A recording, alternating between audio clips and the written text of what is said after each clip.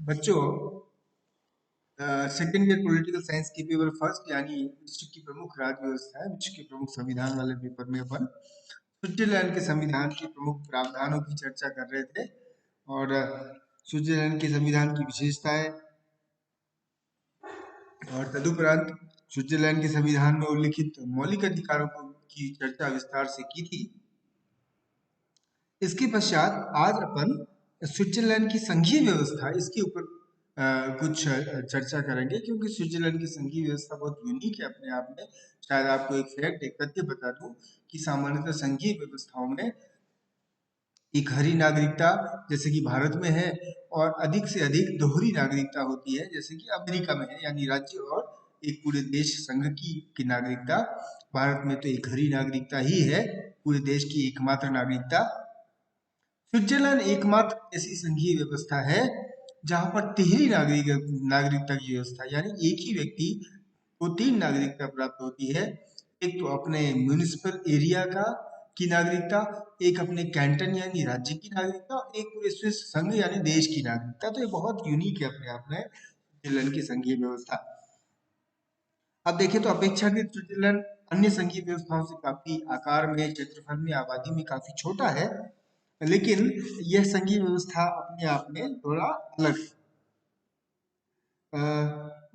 Switzerland को कई विचारक कई लोग संघीय व्यवस्था नहीं मानते, ये कहते हुए कि जो 1848 के संविधान में व्यवस्था की गई थी वो कुल मिलाकर राज्य मंडल जैसी व्यवस्था थी, है ना।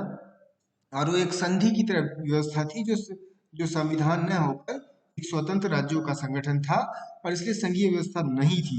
लेकिन यथार्थ में देखें तो उस समय भी 1848 के संविधान के तहत भी स्विट्जरलैंड में राज्य मंडल नहीं बल्कि संघीय व्यवस्था की ही स्थापना की गई थी। और वो अपने आप में एक अलग व्यवस्था थी। स्विट्जरलैंड की केंद्रीय सत्ता भी थी, केंद्रीय सत्ता शक्तिशाली भी थी। और फिर जो 1998 और 99 में संविधान लागू हुआ, उसमें तो संघीय व्यवस्था की एक बहुत ही विस्तृत चर्चा है, विस्तृत प्रावधान है। और राज्य मंडल का जो एक सिद्धांत दिया गया स्विट्जरलैंड का, वो सही नहीं है, वो यथार्थ नहीं है। क्यों स्विट्जरलैंड एक संविधान है, इसके पक्ष में भी बहुत सारे तथ्य हैं। जैसे नंबर 1, लिखित और कठोर संविधान। जो स्विट्जरलैंड की संघीय व्यवस्था है वो एक ऐसे संविधान पर आधारित है, विशेष रूप से अब 1999 के संविधान के द्वारा, जहां पर केंद्रीय और इकाइयों की सरकारें अपनी अपनी उनकी सीमा, उनके अधिकारों की सीमा तय कर दी गई है।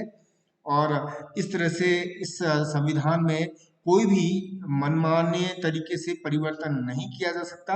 और ये पर्याप्त एविडेंस है, पर्याप्त का कारण है ये मानने का कि स्विट्जरलैंड का संविधान संघीय है। इसी प्रकार शक्तियों का भी बहुत ही स्पष्ट विभाजन कर दिया गया, जैसा कि अन्य संघीय व्यवस्थाओं में होता है, भारत में भी है।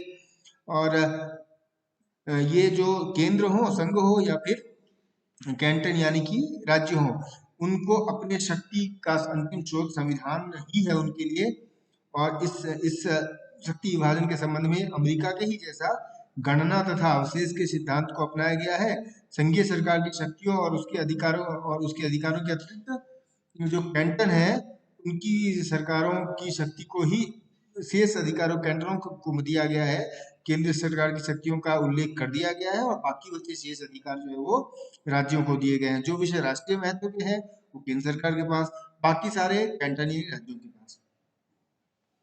तो यह भी स्पष्ट है कि इस कारण से भी शक्तियों की स्पष्टता के कारण, विभाजन की स्पष्टता के कारण संघीय व्यवस्था है। न्यायपालिका की सर्वोच्चता भी एक प्रमुख तत्व होता है किसी भी संघीय व्यवस्था में। और ताकि वो न्यायपालिका निष्पक्ष और निष्पक्ष रूप से संविधान की व्याख्या कर सके, केंद्र और राज्यों के विवादों का निपटारा कर सके। जो 1999 में स्विट्जरलैंड का संविधान बना और लागू हुआ, उस संविधान के अनुच्छेद 189 की धारा 2 में स्पष्ट कहा गया है कि जो संघ और कैंटनों के बीच या कैंटनों के बीच में परस्पर होने वाले सभी विवाद होंगे, उनका निर्णय संघीय सर्वोच्च न्यायालय द्वारा ही किया जाएगा।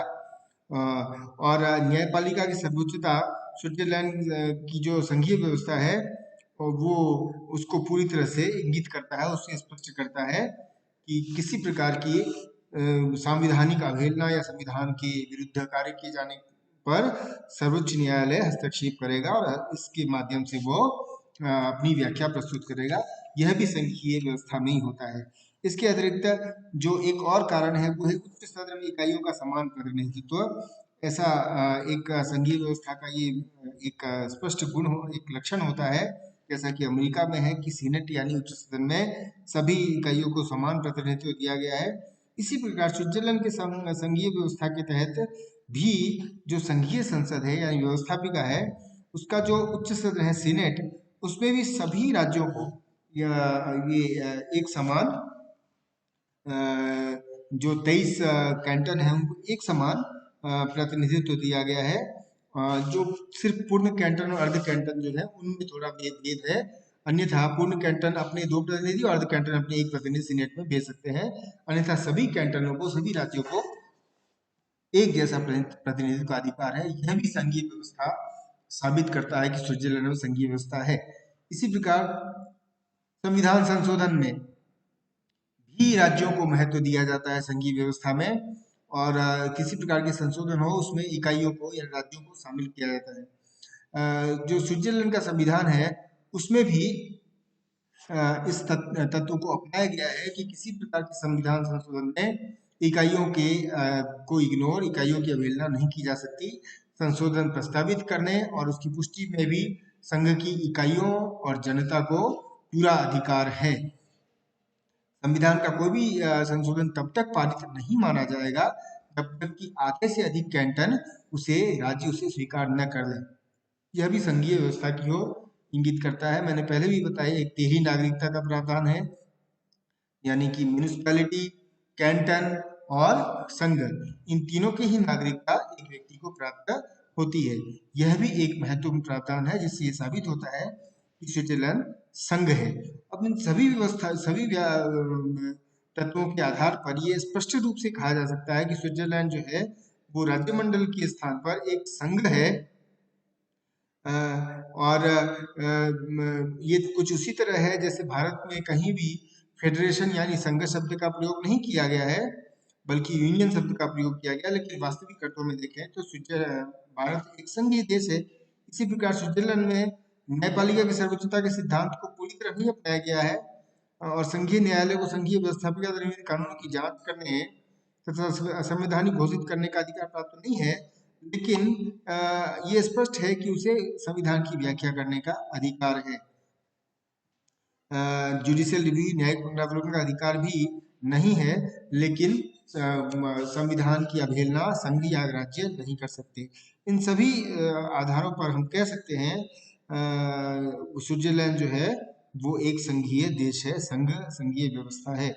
और केसी वीयर जो प्रसिद्ध संवैधानिक विशेषज्ञ हैं संघीय व्यवस्था के विशेष रूप से, जिन्होंने भारत के बारे में भी अपनी व्याख्या प्रस्तुत की है, उनको कहते हैं स्विट्जरलैंड एक ऐसी स्थिति है जिसमें मोटे तौर पर उसे संघ ही माना जा सकता है और उसे राज्य मंडल कहना भ्रामक होगा।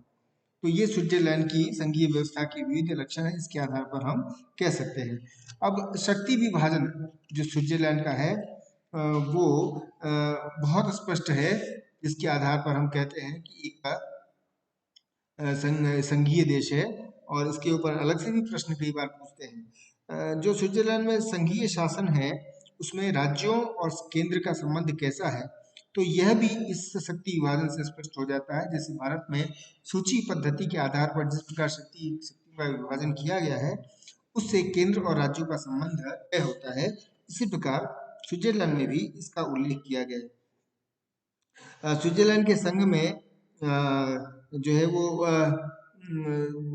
1848 के संविधान के तहत जो 23 कैंटन यानी 20 पूर्ण कैंटन और जो 23 कैंटन है उसमें से उनके और केंद्र के बीच में एक विशेष संबंध कायम है, जो शक्ति विभाजन उसके आधार पर।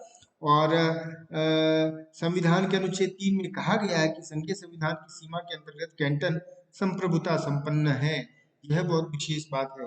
वे उन सभी अधिकारों का प्रयोग करते हैं जो संघ को हस्तांतरित न किए गए हों। गणना और अवशेष का सिद्धांत, यानी अधिकारों की चर्चा संघ की कर दी जाती है, शेष बचे अधिकार कैंटनों या राज्यों को प्राप्त होते हैं।